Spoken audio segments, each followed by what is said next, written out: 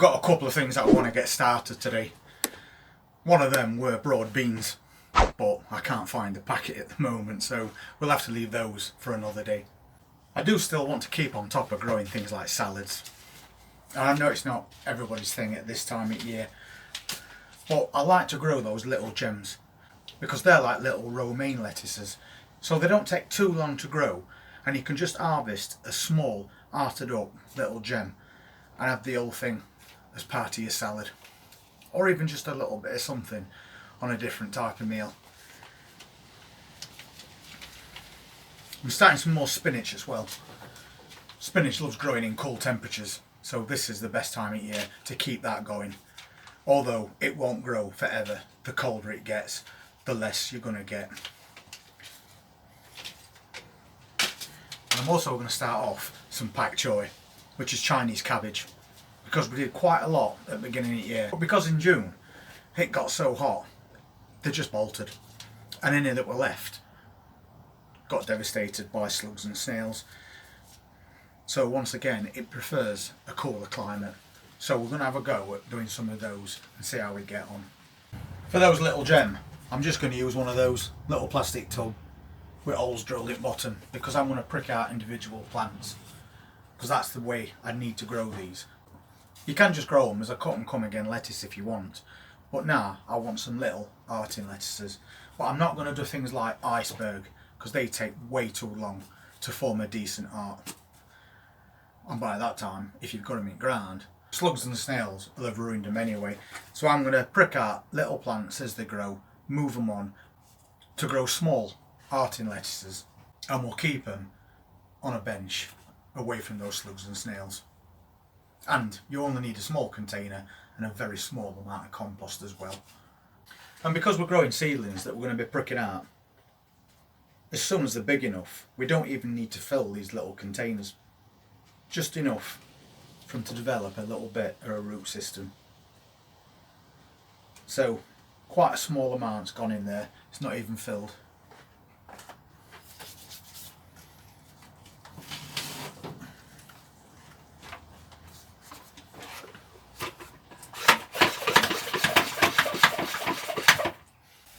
I'm making sure there's plenty of moisture in it as well. At this time of year we want to get seeds started as quick as possible.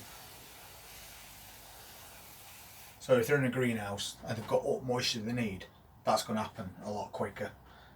We'll let that water settle and then we'll get some seeds on.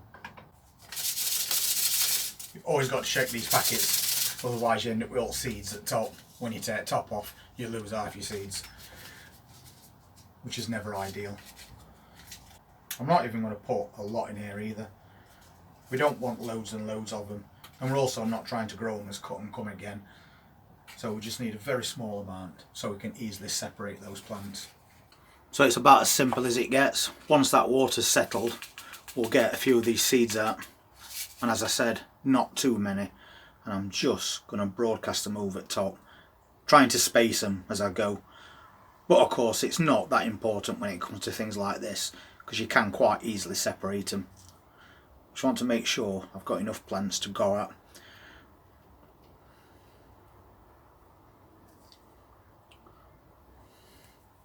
And I think that'll be enough. Now I'm just lightly covering it using a colander, because in a matter of just a few seconds it's done. And we've got a really light covering of compost, so those little seedlings are going to break through a lot quicker. It's as quick as that. A little bit more water just to keep that moisture in.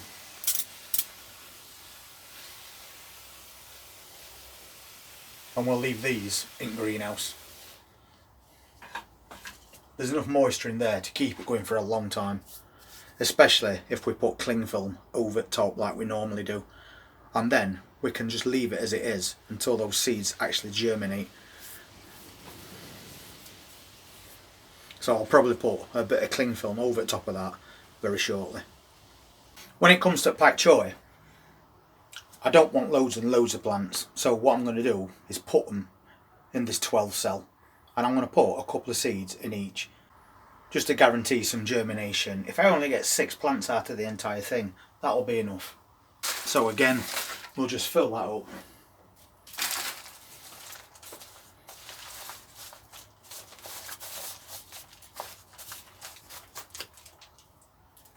And the reason I'm putting them in these rather than a smaller container is because I'm going to let them grow on in these cells and they'll have a lot more room for root system. So if I get 2 germinate, I'll pinch off the smaller one, and then the bigger one has got loads of room to develop into a good sized plant before we move it on again. So we're using the same size, we can compress that all down in one go. I'll top it back off.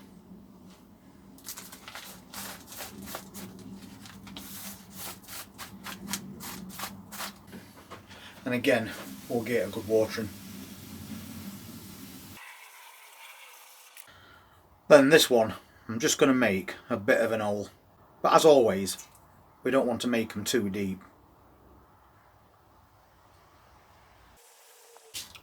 And then, once again, these are very tiny seeds.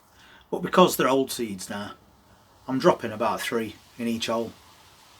And that should guarantee us at least 12 plants.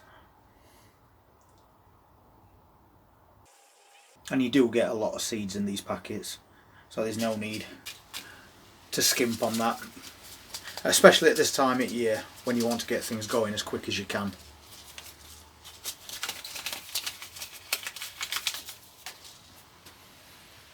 And then that light covering, just enough to plug those holes. So a quick water, and what I like to do at this time of year is just put something over the top like that. That's just to stop mice digging in there before they've got time to germinate. So that's another one done. So when it comes to spinach, I want cut and come again, so I can multi-sow, and I'm just filling that up with rough stuff that we've saved. It's perfectly fine, but it's not very good to go on top because it's very lumpy.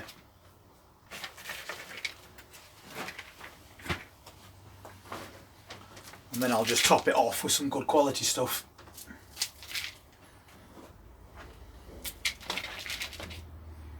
Like that. I'm just going to level it out a little bit. Spinach seeds are a little bit bigger, so they do tend to break the surface of that compost that little bit easier.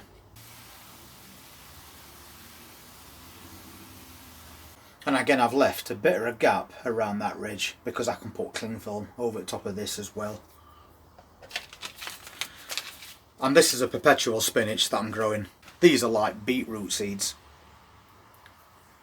because they are from beet family, and you can see that they are really big seeds, and that's why we don't need to be too careful when we come to covering them up. They'll find their way through, and that's plenty. We're giving them a bit more room than we normally do this time.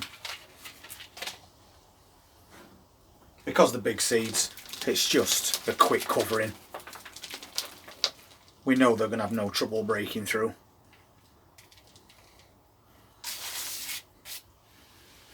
And I'll just level that out a little bit. We'll give that a quick water again.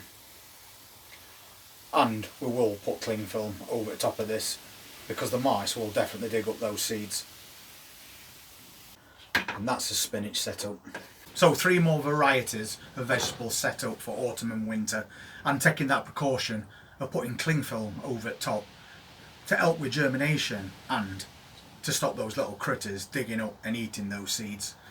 And I'll find those broad beans and we'll get some of those done as well. But you can plant all your broad beans directly outside now if you want to, but they are a favourite amongst rodents. So if you do, make sure you put some protection over the top until they've had time to germinate, or grow them in little pots and then transplant them once they become established and they're a few inches tall.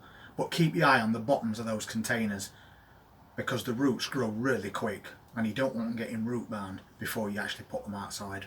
And now I'm off hunting to find these broad bean seeds, and if I can't find them I'll just pop out and buy another packet and we'll try and get those done tomorrow, so we've got even more to add to the autumn winter collection than we've already got. If you want to see what else we're doing over the next few days, please hit that subscribe button, press that notifications bell, and I'll see you then.